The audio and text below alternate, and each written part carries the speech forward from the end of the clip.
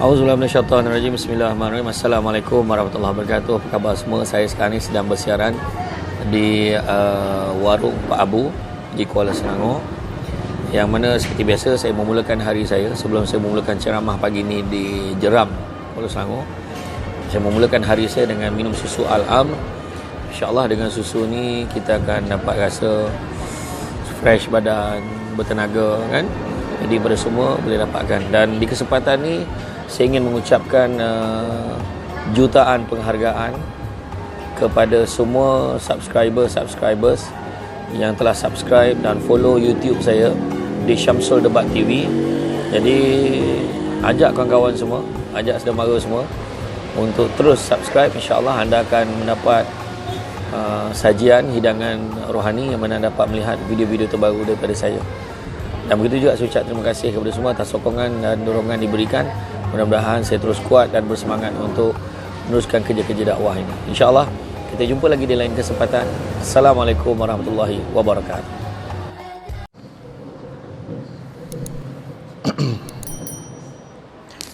A'udzubillahi minasyaitonirrajim. Bismillahirrahmanirrahim. Assalamualaikum warahmatullahi wabarakatuh.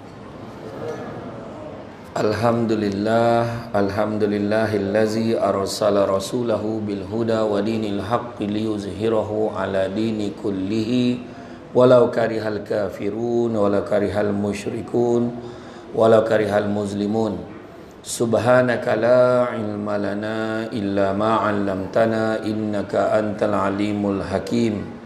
Rabbi shrah li sadri wa yassir li amri wahlul 'uqdatam min lisani yafqahu qawli. Alhamdulillah, terima kasih banyak saya ucapkan kepada tuan pengerusi acara, tuan imam, tuan pengerusi surau Ar-Ridwan, barisan jawatan kuasa surau, para pegawai di semua peringkat yang berkesempatan hadir, diberi kehormat tuan-tuan dan puan-puan yang dirahmati Allah sekalian.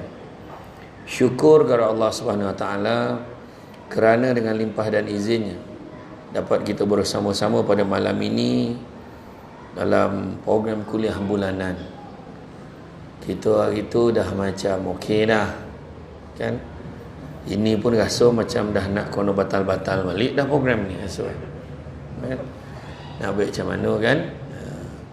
Dia ada bangsa-bangsa dogil ni macam tu lah kan? Tapi nak baik macam mana, penyakit dah datang, dengan izin Allah nak uji kita. Jadi kita dah terubek kerinduan kita pada surau dan masjid, tiba-tiba gelombang tu datang balik. Alhamdulillah tadi pun orang dah turun dah. Dah turun sikit, cuma tinggal lagi ada beberapa lockdown lah berlaku kan. Tapi kita jangan ambil ringan.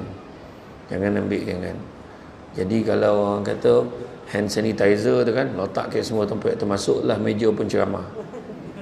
Letak ya, sebab ada jemaah yang jenis dia geram, dia nak agak salam. Saya mimpi malam tadi, saya kena salam juga dengan ustaz, tolonglah. Jadi itulah tu kan, susah hati kan, tak salam kan tak boleh tidur pula malam kan, memikirkan seorang yang nak bersalam tu. Tapi salam tahulah ambil hand sanitizer macam tu kan. Janganlah kau cik hati pula, dicuci tangan lepas salam dengan aku tu kan.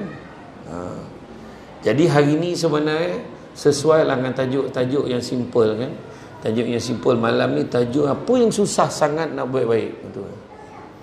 Apa yang susah sangat nak buat baik. Contohlah macam malam ni kan, saya sebut pasal hand sanitizer kan. Ayat kan orang terfikir kan, dia akan fikir orang yang dah orang biasa-biasa, dia akan sebut orang surau ni pun satu, kenapa dia tak siapkan hand sanitizer tu? Satu. Tapi kalau orang yang luar biasa, dia memang nak baik-baik, besok aku ingat aku nak boli lah 10 hand sanitizer aku nak letak kat surau ni, termasuk ni dia sendiri nak bagi macam tu. Besok kan berkotak-kotak hand sanitizer sampai kat surau, sebab semua berlumba nak menyumbang. Betul tak? Macam tu beza cara fikir. Ada orang bila sampai kat surau, apalah telakung yang disidai kat sini, semua tahu-tahu yang kapam-kapam letak, yang dah lusuh telakung letak kat surau ni. Tapi kalau orang yang luar biasa, dia akan cakap tak apalah, besok akhirnya aku nak pergi kedai, nak beli telekung yang elok, nak gantikan telekung yang lusuh ni. Macam tu fikir. Jadi sebenarnya kalau kita tengok, ada tak hadis atau ayat Quran yang menyatakan tentang susahnya orang nak buat baik ni terhalang oleh apa?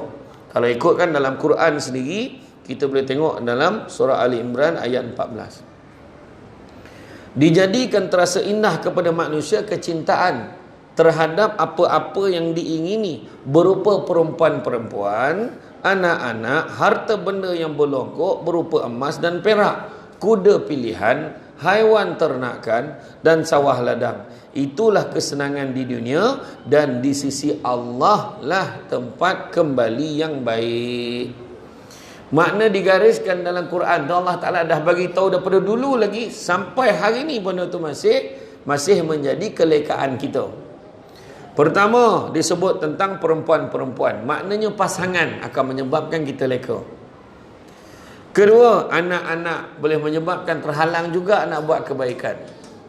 Kejap lagi saya huraikan kenapa. Harta benda yang berlonggok, makna berupa emas, kita mungkin tak ada emas, sebabkan duit juga terhalang nak buat kebaikan. Kalau kita pergi ke Mekah, ke Madinah dulu kan, orang azan langsung ditinggalkan gerai, tutup dengan kain tu, dia terus pergi bekerja, nak pergi salat. Kita sampai tak tahap tu, Allah Akbar, Allah Akbar, dah zuhur dah, tapi elok dia mengoreng bintang tu. Nampak tak? Nah, tu beza dia. Beza orang yang mengejar waktu salat. Nampak? Ni kebaikan. Kemudian begitu juga kuda pilihan, haiwan ternakan. Maknanya ada kuda pilihan. Kuda ni dia bukan ternak untuk apa? Kuda ni biasanya binatang kesayangan untuk bawa dia ke sana kemari. Hari ni kuda tu boleh ganti dengan kereta. Kuda juga boleh ganti dengan binatang-binatang yang orang suka bela sebagai macam kucing, kan? Macam dia bela kat rumah tu, apa benda ni? Hamster, kan? Nah, binatang tu kan, kalau orang kampung panggil tikui, kata kan. Tapi orang Pekan panggil, tak, tikus lain tu hamster, dia kata. Dia kata macam tu. Kemudian begitu juga sawah ladang, maknanya harta dia berupa dalam bentuk hartanah dan sebagainya. Itu juga menyebabkan terhalang. Dalam ayat ini kita nampak beberapa ujian kepada manusia. Pertamanya wanita, yakni ujian bagi lelaki, ataupun lelaki ujian bagi wanita. Kedua anak-anak, dan yang ketiganya harta benda yang pelbagai jenis. Bila dibahagi-bahagikan kategori dia ada 3 je. Yang pertama kita tengok orang nak pergi surau, orang nak pergi masjid, kan? Baru nak pergi masjid, abang tak payah lagi masjid malam ni, kan kita janji nak makan sesama. Abang, penyakit, kan? Alah abang, besok-besok kan boleh pergi masjid. Surah Ar-Ridwan tu tak lari ke mana-mana. Nampak ayat kan? Lembut ayat perempuan ni kalau dia nak ajak pergi makan. Jadi, ayolah, siaplah, jom kita pergi makan. Langsung tak pergi surau. Abang semayang kat rumah lah, kan? Mana? Sedangkan bolehnya, tak apa. Abang pergi surau semayang jap, habis dia semayang, jom kita sama-sama pergi makan. Boleh je sebenarnya. Bukan jauh mana, kan? Surau ni pun disebut surah Ar-Ridwan, Pangsapuri ATM. Kau turun mengelongso tahu sampai ke surau. Mengelongso tahu, tapi ada lift tak? Ada lift. Apa bodoh kan? Kan? Tapi kalau ada bangsa pemalih tu kan, tak pergilah. Nampak tak? Anak-anak abah kata nak pergi pasar malam, itu satu hal lagi. Pasar malamnya hal tak pergi surau. Kan? Yang best tu pula, orang surau balik daripada surau, terus pergi pasar malam, jumpa dengan dia.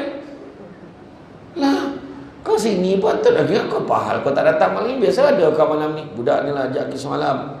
Lepas tu dia malu, dia pergi surau pun boleh pergi pasar malam. Nampak kan? Ada orang nak pergi majlis ilmu, nak pergi ni, ada aja halangan dari segi keluarga. Belum bagi halangan musuh kat tengah jalan ke, kereta rusak ke, tak ada. Ini halangan yang kita sendiri tak boleh atasi. Kan? Ada yang sibuk, tak habis-habis sibuk. Ada yang banyak benda nak uruskan. I kan kerja pegawai paling sibuk dalam Malaysia ni. Nak contohlah kan. Dia penceramah paling sibuk sekali, contohlah. Sibuk. Dah lah penceramah, banyaklah bisnes, contohlah kan. Lepas itu banyak duit nak diuruskan, banyak harta benda nak diselaraskan. Contohlah kan. Dialah manusia paling sibuk. 24 jam tak cukup. Kalau boleh dia nak sehari tu 50 jam sehari. Itu pun tak cukup. Kan? Duit mana pernah cukup. Itu sebab Nabi sebut anak-anak Adam. Nabi sebut tahu. Anak-anak Adam kalau diberikan 2 lembah emas, nescaya dia akan minta lembah yang ketiga. Nabi sebut tahu. Berapa ramai orang dia kata aku pencen so tak payah fikir lagi dah. Duit dah ada. Dalam bank dah ada. Aku punya duit, SR aku punya duit, semua duit kau ada handshake aku semua dah ada. Banyak dah. KWSP aku itu pun tak busik lagi. Ada lagi. So dalam 300,000 tak lagi. Aku tak payah panik-panik kepala, boleh relax. 2 minggu lepas pencen pegang senapang depan bank. Macam mana tu khabar tu tak payah fikir dah. Tak cukup apa tak cukup. Kau pahala kau kata tu cukup belum? Tak cukup bang, macam-macam nak kena bayar tu. Duit itu habis, anak nikah semua nak kena bayar. Saya pesan kepada keketangan kerajaan penjual awam, berpada-pada menolong anak. Sampai masuk pencen dia nak menikah, pelan tak. Kalau kau nak nikah kau carilah duit kau sendiri. Duit tak ada apa, tak payah nikah, kau tak mampu. Kadang duit tu lah nak pergi Makkah kau, pergi bercuti kau sakit poning, sakit belakang kau nak pergi hospital tu lah duit Yang anak dia pun daripada kocik menyusah orang. Dah tua tak nak mampu. Tak apa patah jauh cik-cik memang motor kedinya sekurang macam tu lebih kurang. Saya tak pandai nak cakap jauh tapi macam tu lah bunyi. Cakap cik tak nak mampu dah besar nyusahkan orang. Betul. Tapi nak beritahu Nabi sebut kan, bagi 2 lembah emas, apa yang tak banyak. Itu sebab kita tengok ada orang kaya dalam bank dah ada 500 juta, tapi dia masih lagi sibuk cari duit. Tak tahu apa kita nak cari. Yang apa masalah tu kan? Nampak tak? Cubalah kalau kita lah dalam 500 juta tu dibagi, bang, dipanggil seorang kek tiang, bang, cak bang, abang ambil 10 juta ni bang, abang simpan lah. Pandai-pandai abang nak ambil apa. Rasa-rasa apa jadi? Berhenti. Tak nak dia sekarang dah. Cukup lah tu, setakat tu lah aku kerja dah lah. Betul tak? Pada kita, sebab kita tak biasa pegang duit banyak, tapi dah pegang duit belum tahu lagi. Nampak? Ni ayat cakap sebelum dapat. Aku dapat bini besok, aku nak bawa dia pergi surau. Sudah-sudah dua-dua tak pergi surau. Kan nak cakap apa? Tu ujian dia. Tetapi Nabi ajar kita nak menjawab tentang 2 lembah emas tak cukup ni. Nabi ajar apa? Nabi bagi penyelesaian. Nabi kata apa? Carilah rezeki yang halal, kerana sesungguhnya yang halal itu cukup buat kamu. Settle. Ya. Kita penyawat awam gaji tak ada lah besar mana pun. Kan? Tapi alhamdulillah. Yang pegawai itu tinggilah sikit. Alhamdulillah. Macam tu ya. Duit tak berapa banyak, boleh duduk surau. Okey lah tu. Kan kau jalan pergi makan. Bang nak tom yum. Yalah kau jap pergi beli. Duit tak ada pula, pergi cucuk jap. Beli tom yum. Cucuk duit pun tak ada banyak, dah 50. Kan? Orang lain nak cucuk duit kiri kanan pandang. Takut yang cucuk 50 tak ada risau dah. Kan? Cuma yang kita risau cucuk-cucuk budak pegang tabung tu pun beri depan tu. Tadi tak ada. Masa bila budak ni sampai? Itu ujian tu sebenarnya, ujian kan? Jadi kita tengok, aku sibuk wahai Muhammad, dan jika bapa-bapa dan anak-anak kamu dan saudara-saudara kamu dan isteri-isteri atau suami-suami kamu dan kaum keluarga kamu dan harta benda yang kamu usahakan, kata Nabi, yang kamu usahakan dan perniagaan yang kamu bimbang akan merosot dan rumah-rumah tempat tinggal yang kamu sukai, lebih kamu sukai dan kamu cintai daripada Allah dan Rasulnya dan daripada berjihad untuk agamanya, maka tunggulah sehingga Allah mendatangkan keputusannya, yakni azab sesaannya, kerana Allah tidak akan memberi petunjuk kepada orang-orang yang fasik, yang derhaka. Leko kita dengan harta benda tu jangan risau, Allah akan bagi bala. Kadang-kadang tu dah lah kayu, tu lapis cakap pula, aku kayu sebab aku rajin. Kau malih, kau tahu apa? Mak dia. Kau tak ada duit, kau miskin, kau kena beli, kau bukan level aku lah. Kau bukan level aku. Mak ayat ni. Besok sama lah level dia dengan kita. Ada masalah, kau nak tipu kat orang. Macam-macam. Kan? Macam-macam. Maka penghalang ini dalam ayat ni pun Allah menyatakan bahawa penghalang kita itu utamanya datang daripada kaum, keluarga dan harta benda kita. Itu sebenarnya. Kadang-kadang tak payah duit banyak, kita baru dapat duit tiba-tiba lah ada cek baru clear 2,000. Tiba-tiba jadi kerakut. Selama ni duit gaji kita yang 1,000 lebih ke 2,000 lebih tu cukup. Kita siap bagi sedekah RM1 pun bagilah RM1. Tapi tiba-tiba dapat cek 2,000. Bang, boleh lah bang daripada 2,000 tu kita bagi dalam 200 bagi dekat surau Ar-Ridwan. Oh, tak dapat dah. Tak dapat dah. Oh, kau jangan, ini 2,000 kan senang nak dapat ni. Tiba-tiba lah dia dapat lah duit apa entah macam mana, entah duit apa nugerah apa-apa. Kau tak kisahlah apa-apa kan. Jadi kau takut tiba-tiba baru 2,000, belum 200,000 kan. Tu cerita tu. Kan? Tapi kalau itu cerita bab nak buat baik. Tapi cuba kalau nak buat maksiat, jangan risau. Nak buat maksiat cukup senang. Semua terbentang depan mata. Tiba-tiba lah hari ni kita baru tekan internet dah keluar iklan. Kita tak tekan apa-apa. Iklan tu keluar. Kan? Siap tekan ni. Tekan ni perempuan mana kau nak. Semua tu. Wah, apa hal ni? Kita pun pandang tengok bini kita nampak tak? Tak nampak. Tengoklah lain clear ke tak clear. Nampak tak? Tiba-tiba pula judi pun keluar. Semua keluar. Punya senang. Ya? Bila buat maksiat tak ada siapa nak bising. Tak ada pula halangan-halangan datang. Tak ada. Malahan siap ada member nak tolong. Siap ada member nak tolong. Weh, aku ingat nombor ni kono lah. Kau nak aku beli, aku pergi beli. Jangan seorang tolong beli pula. Ya, ada orang kalau gila nombor ni dahsyat. Benda ni berlaku ke semua tempat kecuali perumahan Pangsapuri ATM. Dekat sini tak berlaku. Ni tempat lain. Ya. Dia berbual tu boleh jadi tu. Kau anak kau orang 3 orang, kau empek kau belum ada rezeki lagi kau 2, 3 empek 02. Jadi tu. Tanya nama anak, tanya anak berapa orang. Boleh. Kan? Siap diberikan layanan istimewa, diberikan sokongan dan bantuan pula. Jom pergi karaoke, jom deh. Pergi karaoke, kau nak tak? Aku, kawan-kawan aku semua ni, amai-amai ni semua kawan aku. Kau nak tak? Bersusun datang. Bersusun. Siap hidang air lagi. Punya layanan istimewa yang cerita tu tadi. Nampak tak? Datang surau tak ada lah macam tu lah. Kan? Itu yang payah nak datang tu. Kan? Kena bawa sejadah sendiri pula. Lagilah malah. Kan? Kan? Kapet dah nipi. Kan? Bila sujud tu melantun kepala. Kan? Ada tu semua. Alah, payahlah. Baik dia sembahyang kat rumah. Dia fikir rumah. Tak. Mana sama. Kan? Tak sama. Jadi makna kata, mari kita lihat kepada 2 penghalang utama. Yang sebenar-benarnya. Tadi kita cerita kategori benda yang menghalang.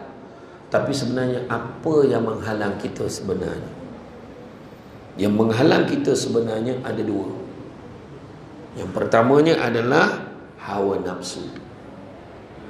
Yang keduanya adalah ragu-ragu.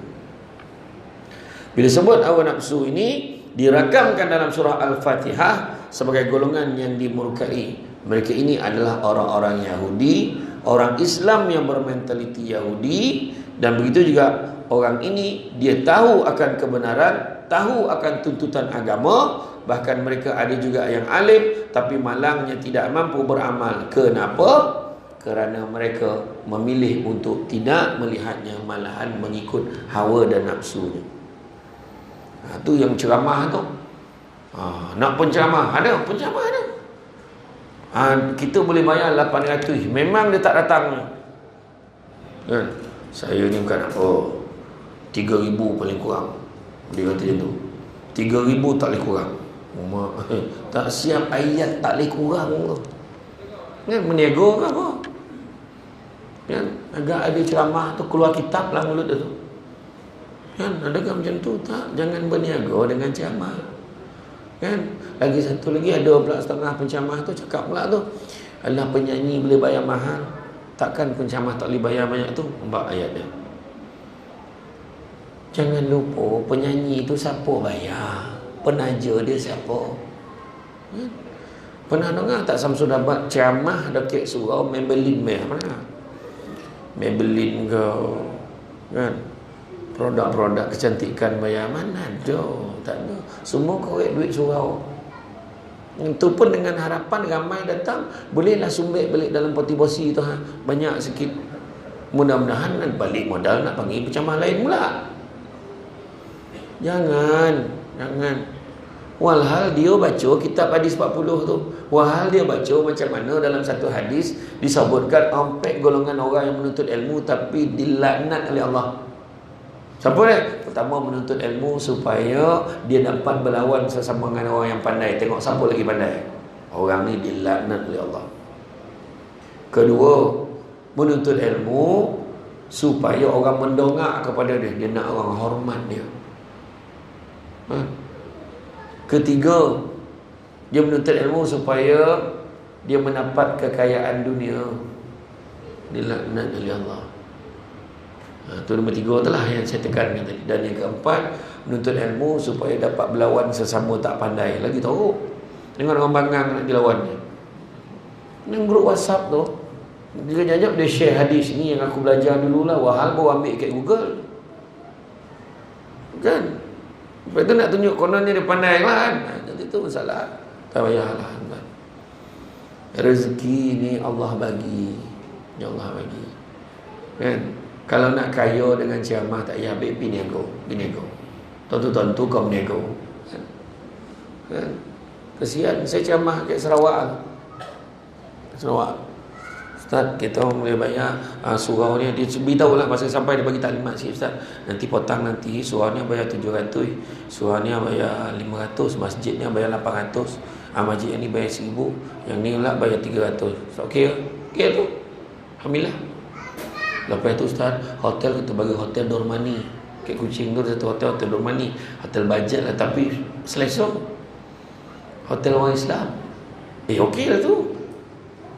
Kenapa pula? Tapi tak ada swimming pool hotel tu, Ustaz. Masa bila dia nak mandi kosong dia ceramah? Daripada pagi sampai ke malam ceramah, masa bila nak mandi kolam tu, Ustaz? Balik dah ponek pula. Apa masalah kau ni?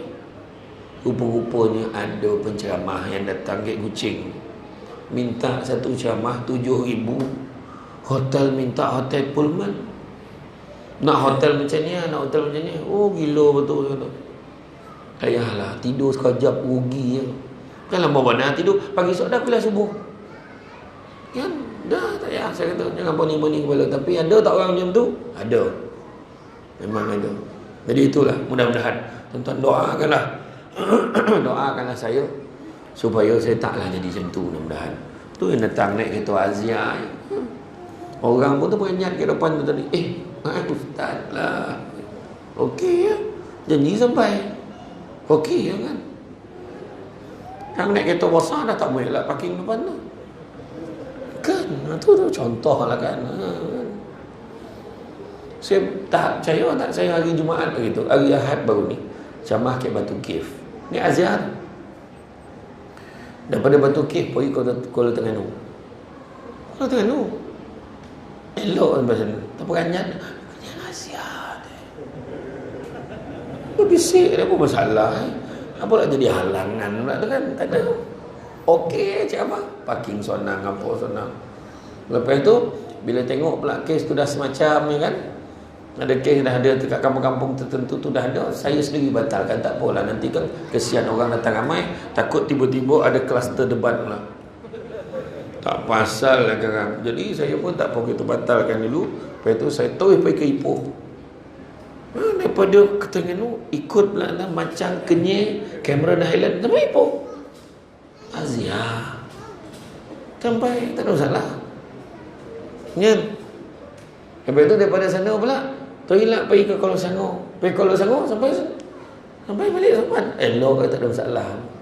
Jadi makna kata jangan jadikan penghalang. Kadang-kadang ada isteri cakap dengan suami, abang bila nak beli kereta kita nasyid naik motor je, malulah bang. Malu apa?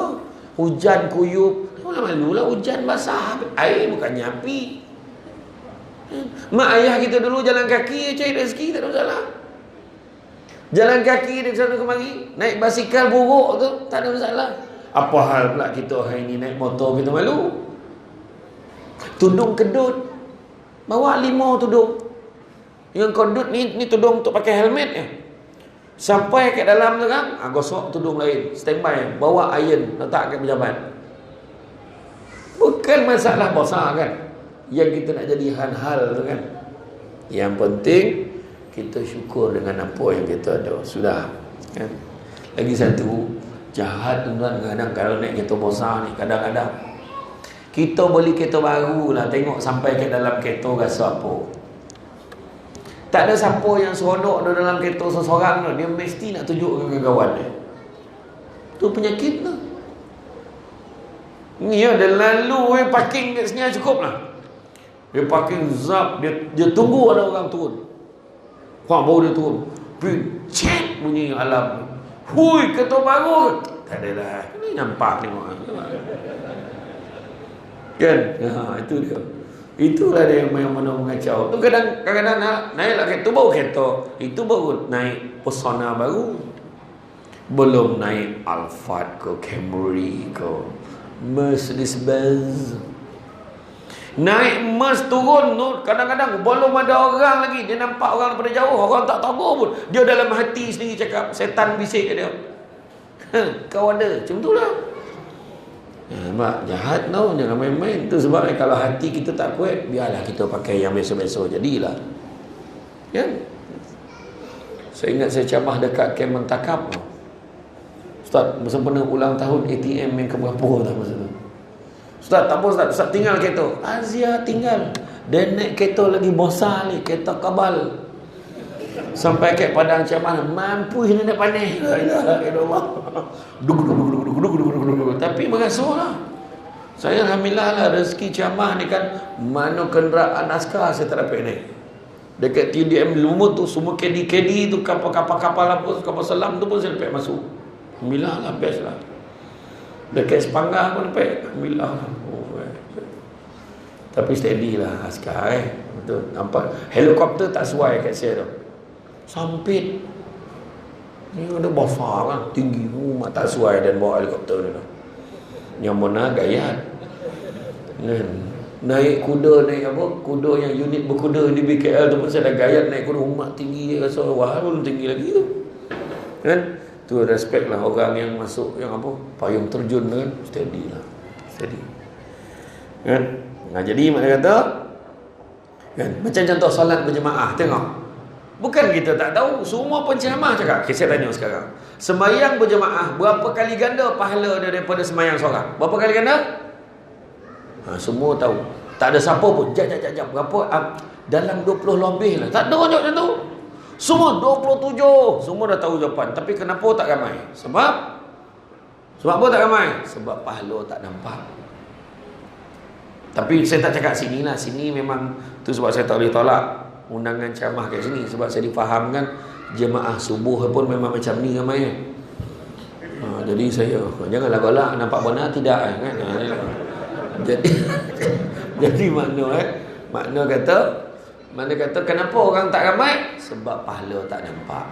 Cuba kalau pahala nampak, macam duit kan, contohlah kan, sembahyang jemaah dapat RM27, contoh Allah Ta'ala bagi macam tu lah, RM27 satu waktu.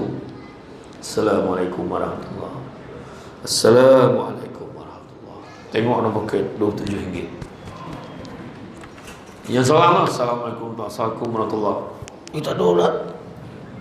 Uzah pun sistem ambil sikit. Uzah pada Masa tu orang perempuan dekat balik tabir tu, tahu tak apa dia cakap? Kau dah berapa lama dah semayang sini? Senang. Baru 2 minggu, banyak duit kau. 2 minggu, bayanglah 5 kali 14. La ilaha illallah, kali lah 27, banyak duit kau. Aku baru tahu jiran aku tak ada cakap ni, 27 kali ganda tu, RM27 tu dia tak cakap. Makan seorang, geram aku dia tu. Berbuih mulut penceramah khabar 7 kali ganda pahala, tak ada tahu. Itu kalau perempuan. Lelaki, dia takkan bincang soal-soal yang remeh-temeh macam tu. Dia bincang soal dasar. Agak-agak kau lah, kalau kita makmum dapat RM27, imam dapat berapa? Tu lah tanya. Dia tanya imam dapat berapa. Dia tahan imam depan pintu tu. Imam cakap, imam dapat berapa? Cakap mam. Alhamdulillah, imam ni pula berzuhud, dia tak nak cerita. Alhamdulillah, gitu lah. Imam cakap mam, imam kena telus, biar kita semua tahu. Declare mam. Yalah, tengoklah kadang-kadang ni contoh tau, tak betul, tak ada dalam hadis ni contoh. Dia tengoklah, kalau aku lupa-lupa tu kurang lah. Kalau aku khusyuk lebih sikit, busuk-busuk pun RM40 tak lagi lah. Contoh lah dekat tu. Malam tu bertumbuk nak jadi imam. Asyik kau jadi imam, bagi aku nak jadi imam. Nampak? RM40 punya hal. Nampak tak? Sedangkan apa yang Allah bagi ni, pahala lagi besar daripada nilai duit tu. Nampak tak? Jadi apa yang menghalang kita? Sebab kita memilih untuk tidak melihat daripada sudut pandang itu. Kita tak nak pandang dari sudut akhirat. Kita pandang apa yang ada keliling kita. Memang susah, tapi itulah hakikatnya. Bukan kerana kita jahil, tetapi kita memiliki nafsu yang sangat besar, sehingga kan benda-benda lain mengatasi kebaikan yang kita nak buat. Tak mahu beramal, tidak mahu memiliki akhlak yang baik, tetapi kita mahukan dunia, kita sukakan dunia. Dan ini berpunca daripada kesombongan, kezaliman dan banyaknya melakukan maksiat, menyebabkan kita susah nak buat kebaikan. Kita ambil contoh semayang. Kenapa tak khusyuk? Jadi saya tengok dekat skrin tadi ada tulis 5 tips untuk khusyuk salat. Antaranya rasa haibah, meletakkan hebat pada Allah Ta'ala, kemudian faham. Dalam tu ada tu sebab dekat tu ada sabab dia keluarkan kat tinggi tu. Suruh tengok, suruh ingat, ambil point kan. Khusyuk ni bukan tak sadar diri tu. Khusyuk tu sampai tak sadar lah apa yang berlaku kat keliling, tak. Tapi fokus dia pada tu. Contohlah macam orang perempuan tengok drama lah. Dia tengok drama, anak lalu depan. Kita tengok ni, topilah, mata dia tatap TV, topilah. Cuba tengok cerita apa, 7 hari mencintaiku 2. Macam tu lah. Saya tak tengok cerita tu, tapi saya tahulah tajuk Tapi asah jahat dia mak tu kan. Mak jahat betul. Saya dengar macam tu lah. Ya tidak, tak tahulah, saya dengar macam tu. Tapi cerita tu dah habis, diganti dengan pengantin 1 malam Saya dengar macam tu lah. Ya tidak, tak. Tapi boleh percaya kan mak tu lah. Ilaha illallah sah tu kan. Macam tu lah. Tu pun dah habis kan cerita tu kan. Dah habis kan. Dah habis lah. Pak pun nak tengok Pak saja tengok tu. Tapi bila dia khusyuk tengok, betul macam tu. Jadi apa halangan dia? Halangan nak khusyuk simple dia. Kita tengok kenapa orang boleh khusyuk main golf? Saya di peteng kan, nak pukul tu, tarik tak jadi. Tarik tak jadi. Yang awak tengok geram copek dah kebaik bodoh tu lah kan. Tapi dia sabar tu. Siap macam ni tengok. Tak apa dikira kelajuan angin mu tahu dah. Lepas tu zap dia pukul. Pak, lapang boleh lubang. Lapang boleh lubang main kan. Contoh kan.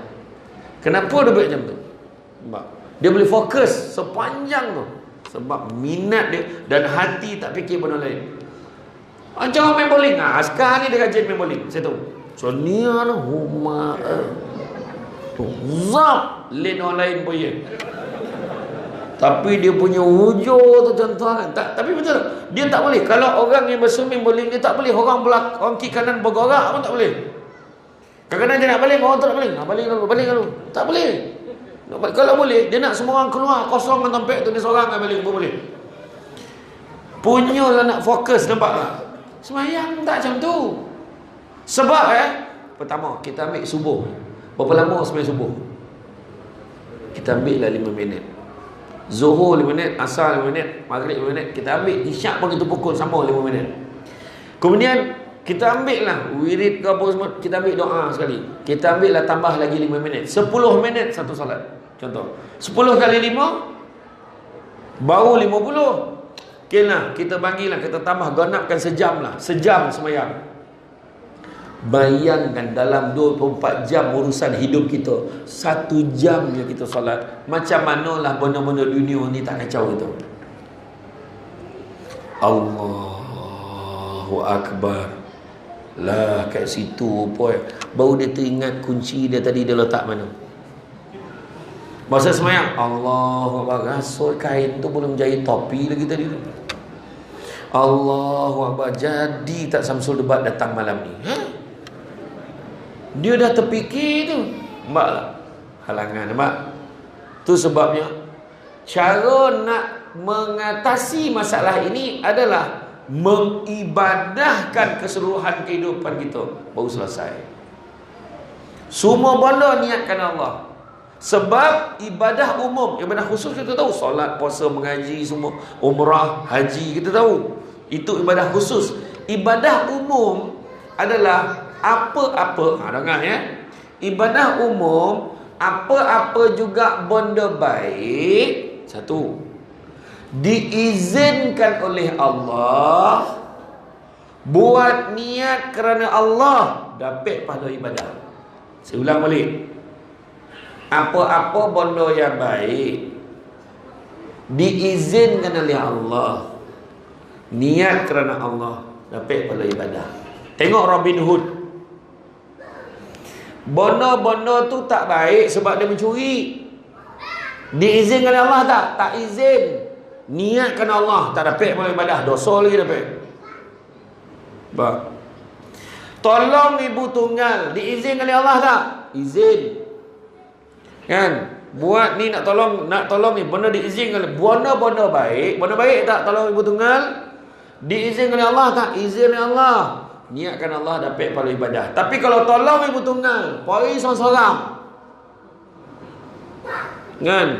Dengan AJK surau, tak apa, AJK surau yang lain tak payah ikut, yang ni aku cover. Bahaya. Cara tak kena diizin oleh Allah lah, tak izin oleh Allah, walaupun niatkan Allah, tak dapat pahala ibadah. Tapi fitnah lagi, dosa. Jangan. Jadi mana kata niatkan Allah. Jadi mana lepas ni buatkan Allah. Pakai baju, pakai baju kenapa ni? Ni nak pergi kerja ni, niat lillahi ta'ala, pergi kerja kerana Allah, sudah cari rezeki yang halal. Nak kuruskan badan, kenapa? Nak ringankan badan ni. Ni tak, kenapa nak kuruskan badan? Biar muka aku nampak lawa. Kau muka kau dah takat tu, tak boleh belah dah takat tu. Tak payahlah nak lawa-lawa mana dah. Tapi kenapa nak ringankan badan? Nak ringankan badan, mudah-mudahan ringan badan aku nak beribadah kepada Allah. Tengok BBNU yang nikah tu, BBNU, budak baru nak up. Bila nak nikah, imam tanya, kenapa kau nak nikah ni baik? Imam kat Somban tu, dia tanya, baik, kau cakap baik, kenapa kau nak nikah? Omak bising dia. Omak bising. Masa bila omak kau tak bising je kau? Omak bila nak kahwin? Bila nak kahwin? Bila dah kahwin? Bila nak beranak? Bila nak beranak? Dapat anak, lelaki anak kau. Bila dapat anak perempuan? Dah dapat anak perempuan, beranak kau kau. Dah marah pula beranak. Kenapa kau nak kahwin? Kawan-kawan semua habis kahwin dah. Kenapa kau nak kahwin? Umur dah banyak. Kenapa kau nak kahwin? Kau orang tengok budak perempuan. Parah tu. Susah nak jumpa. Kenapa kau nak kahwin ni? Tuan Imam, saya nak kahwin kerana Allah. Susah nak jumpa. Biasanya yang jawab kahwin kerana Allah ini adalah lelaki yang dah kahwin. Tu kena faham betul-betul maksud saya. Oh, bosan lah tu, faham ya? Faham. Tapi belum tentu boleh buat. Kita bukan takut bini. Walaupun kita pangkat tinggi dalam masyarakat, kita bukan takut bini. Ingat tu, bini menakutkan. Tu dah. Tapi itu dia. Jadi mana kata? Lillahi ta'ala. Buat apa? Kerana Allah. Ambil cawan. Ni aku nak minum kerana Allah. Mudah-mudahan ada tenaga. Boleh aku buat pahala banyak-banyak. Niat kerana Allah. Dapat pahala ibadah. Aku minum ni. Ni sunnah Nabi. Nabi gamak minum air masak. Bismillahirrahmanirrahim. Contoh. Ikut pula sunnah Nabi. Bismillahirrahmanirrahim. nak bagi faham lillahi ta'ala. Tak, sayang kau. Sayang sebab banyak sangat benda baik kita buat, tapi kita lupa niatkan Allah. Kita sebut Bismillahirrahmanirrahim, sikat rambut. Kadang-kadang ambil sekejap Bismillah, kita sebut, tapi sejauh mana dalam hati sampai dengan nama Allah? Berapa ramai? Tak ada kan? Rugi. Macam orang perempuan lah, sayang nak. Ya sayang, prosedur. Abang sayang tak? Sayang kan lain tu. Tu jadi rumah tangga tu dia jadi tak kik tu. Sayang abang tak? Abang, semua yang saya buat ni semua sebab saya sayangkan abang. Kan lain. Sayang tak? Sayang lah. Nampak prosedur. Orang perempuan ingat, don't take things for granted, Walaupun kita nampak suami kita ni nampak macam buat tak buat kan, jangan. Layanlah dengan sebaik mungkin. Faham? Suami balik, abang dah balik, alhamdulillah. Abang nak kopi, tea, or mi? Macam tu kan. Ini tak ada kan. Nak azan dulu kau tak? Kau jalan je? Terus je? Saya tanyalah. Bila orang perempuan ambil gengan tentang layanan pada suami itu, yang suami Gama balik daripada surau, balik pada masjid, dia singgah kedai tom yum. Anak dara kedai tom yum tu ambil order bukannya kasar, lembut. Nak makan gapo be? Jangan main-main. Jadi suami ni dengan kopiah ni terangkit kopiah. Nasi goreng se lagi be, telur dadah se lagi be, tom yum sotong so lagi be, mu so abe. Alamak, penyakit. Jangan benarkan itu berlaku. Faham? Okey. Jadi mana kata, sebab isteri melayan suami niat kerana Allah, pahala jangan cakap besar pahala ni. Suami masuk dalam bilik, jangan buat kerja lain, berlari. Abang ada apa-apa yang boleh saya bantu, macam tu. First class service, tahu. Tapi janganlah suami pula bagi signal direct mana. Yang masuk dalam bilik, jom kita tut. Jangan. Kita pakai kod bos. Kan sekarang ada kod mos kan, pakai kod semua. Yang pada turut. Bini pun jawab turut. Okey, kita tu kan. Contohlah kan. Maknanya layan dengan terbaik, niat kepada Allah, dapat pahala ibadah. Okey, sambung. Jadi makna kata kita tinggalkan maksiat, hati kita tidak akan mati. Sebab apa? Kalau hati kita sudah mati, pasti dia akan membusuk, bernanah dan berulat, lalu menimbulkan kesan yang buruk kepada keliling kita. Anak kita pun tak suka dengan kita. Kita asyik nak marah. Hanya tengok musim PKP itu, berapa ramai kes penderaan, banyak kes penderaan. Anak-anak dipukul, isteri dipukul, isteri fed up, isteri jadi give up. Banyak sangat kes keganasan rumah tangga, konflik rumah tangga berterusan, kan? Jadi itu kita nak elakkan. Begitu juga yang keduanya adalah keraguan. Keraguan. Tapi yang bab tadi, yang hawa nafsu, macam mana nak atasinya? Bermujahadah, berjuang bersungguh-sungguh untuk mengatasi masalah itu. Letakkan dalam kepala kita, sesungguhnya Allah sedang melihat kita. Kalaupun kita tak nampak Allah, Allah melihat kita. Ingat tak? Kan? Dan kalau kita tengok di dalam ayat 69 surah Al-Ankabut, dan orang-orang yang berjihad untuk mencari keredaan kami, nescaya kami akan tunjukkan kepada mereka jalan-jalan kami, dan sungguhnya Allah beserta dengan orang-orang yang berbuat baik. Perjuangan yang jihad yang disebut dalam Quran ini, dalam ayat ini, bukanlah bermakna perang, tetapi jihad dimaksudkan adalah bersungguh-sungguh untuk mengatasi hawa nafsu kita. Dan kita lihat bagaimana pula dari segi yang keduanya mendekati Makruf, benar-benar baik, tetapi kita ragu-ragu. Macam mana? Kita bukan tak nak semayang, tapi kadang kita rasa Allah terima tak solat aku. Kalian fikir tu, aku ni semayang betul ke tidak? Tengok orang tu bila angkat tahiyat, aku angkat tahiyat dah, dia berpusing-pusing pula tahiyat dah, apa pasal? Macam mana? Aku ni mengaji, tapi aku mengaji seseorang ni tak berani mengaji dengan orang. Takut kan orang cakap aku baca tak betul. Tapi dalam masa kita takut orang tegur bacaan kita tak betul, kita pula tak yakin kita baca betul. Jadi apa kerja tu? Jadi akhirnya untuk mengatasi keraguan ini ada satu jawapan yang paling baik adalah dengan ilmu. Jadi malam ni salah satunya kita mencari ilmu. Carilah guru. Cari guru untuk sebab apa? Dalam mencapai kesempurnaan ibadah ada 4 perkara yang kena ada. Nak capai kesempurnaan ibadah ada 4 perkara yang kena ada. Pertama, mesti dengan ilmu, bukan main ikut-ikut. Kalau ikut-ikut tu burung kakak tua punya kerja. Burung kakak tua kita ajar dia mengaji, dia boleh mengaji. Faham ke tidak? Tajwid tak ada dah, balasah ya. Janji dia bunyi. Tapi kalau burung kakak tua tu faham ayat yang dia baca, maka kita lagi teruk pada burung kakak tua. Mesti dengan ilmu. Nak semayang macam mana? Angkat takbir macam mana? Belajar. Mesti macam ni, buka ke depan gitu kan. Ada orang yang cakap, aku belajar dulu, ibu jari kono kat cuping telinga baru dia jadi. Kawan tu memang siapa orang, cuping dah tak ada. Macam mana? Kan? Jangan mana-mana ya, kan? Tu yang kita tengok, ada orang kat takbir yang kat belakang dulu sampai ke depan baru sampai. Mak parah betul. Ada orang Allah macam ni bersilam dah macam Ultraman lah, apa pasal? Kan? Ada orang tu pula, kau angkat takbir tu dalam hati, sahaja aku solat maghrib 3 rakaat mengikut imam punya Allah. Tak jadi. Allah. Orang sebelah pun tak dapat nak semayang. Parah betul sekor ni tu kan. Parah.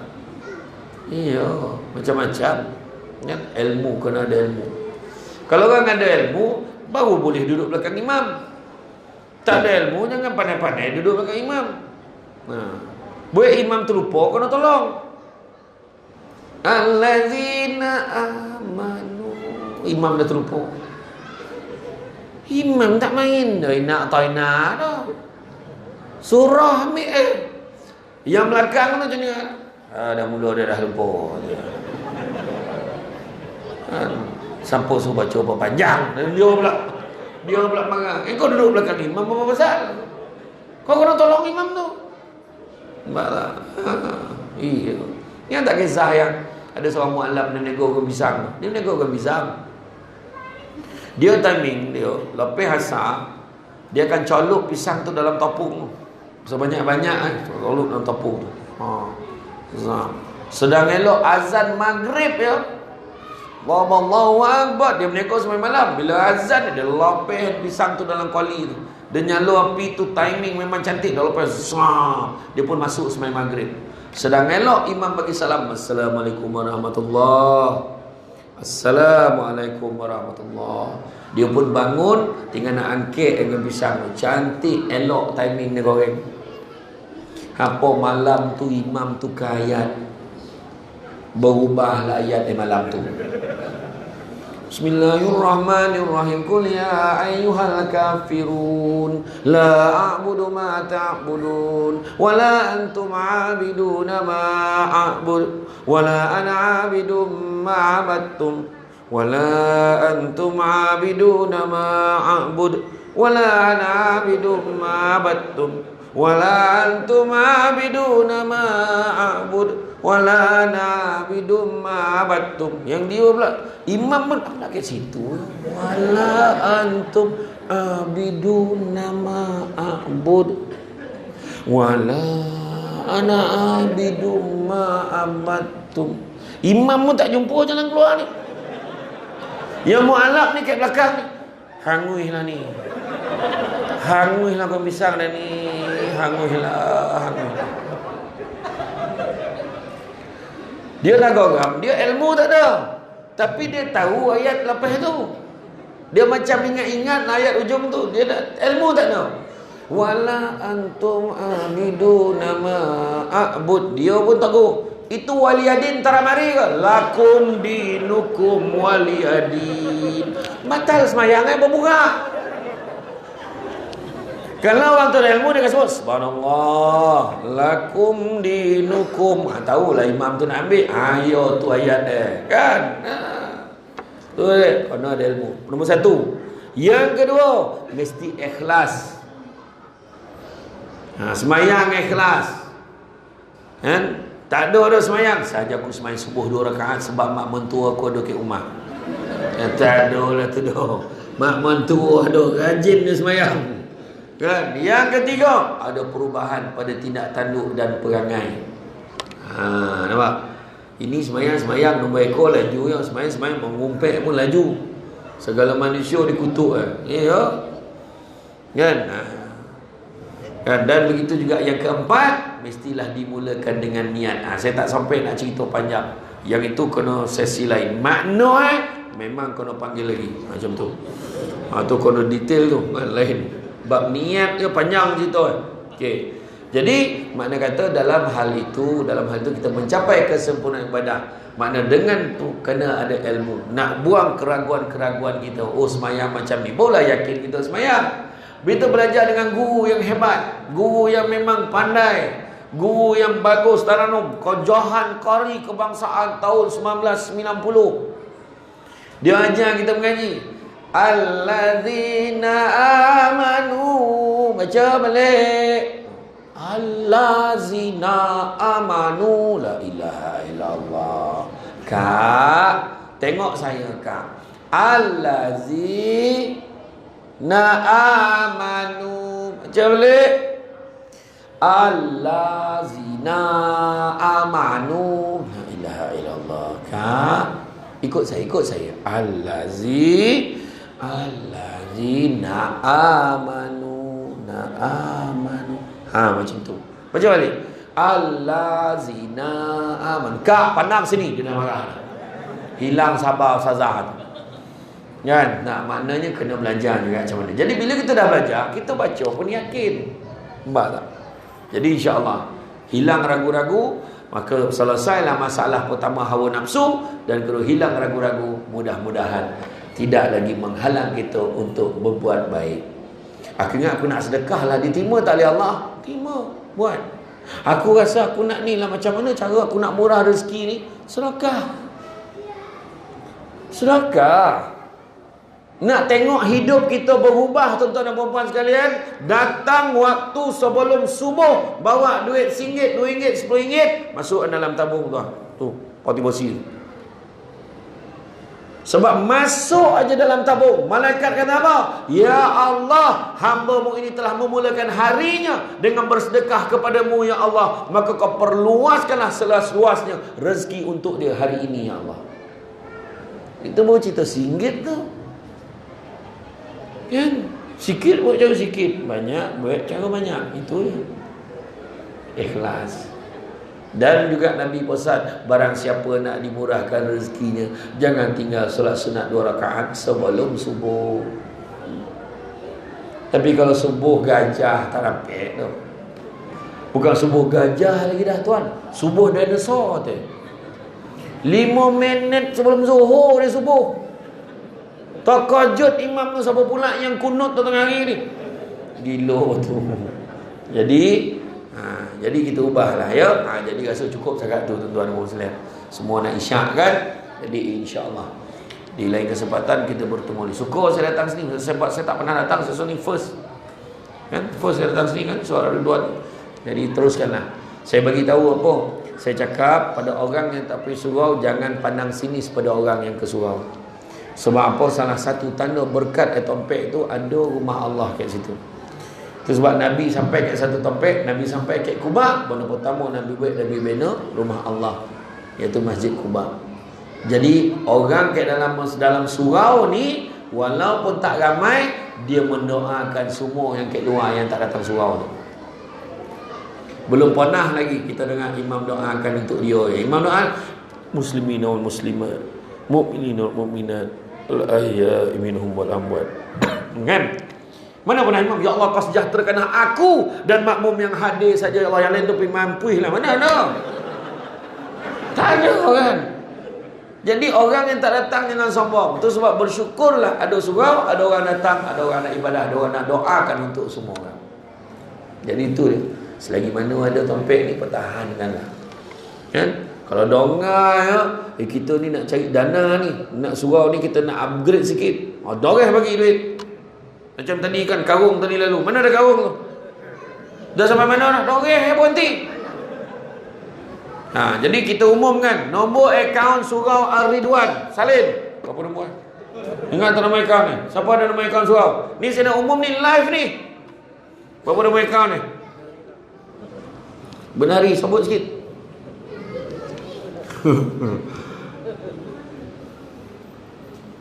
Nombor akaun surau Ar-Ridwan kepada semua follower-follower saya, kepada semua yang tengah menyaksikan secara live ni.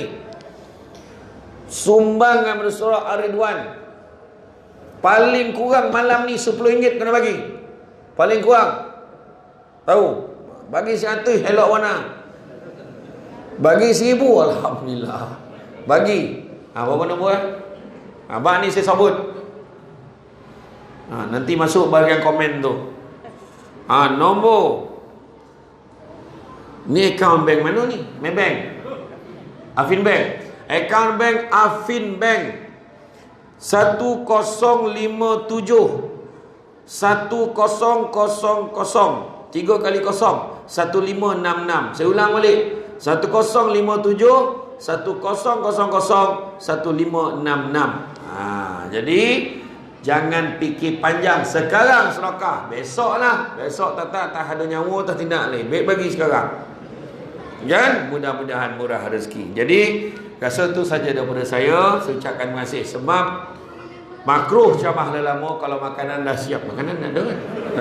Ada. Jadi insya-Allah kita jumpa lagi di lain kesempatan.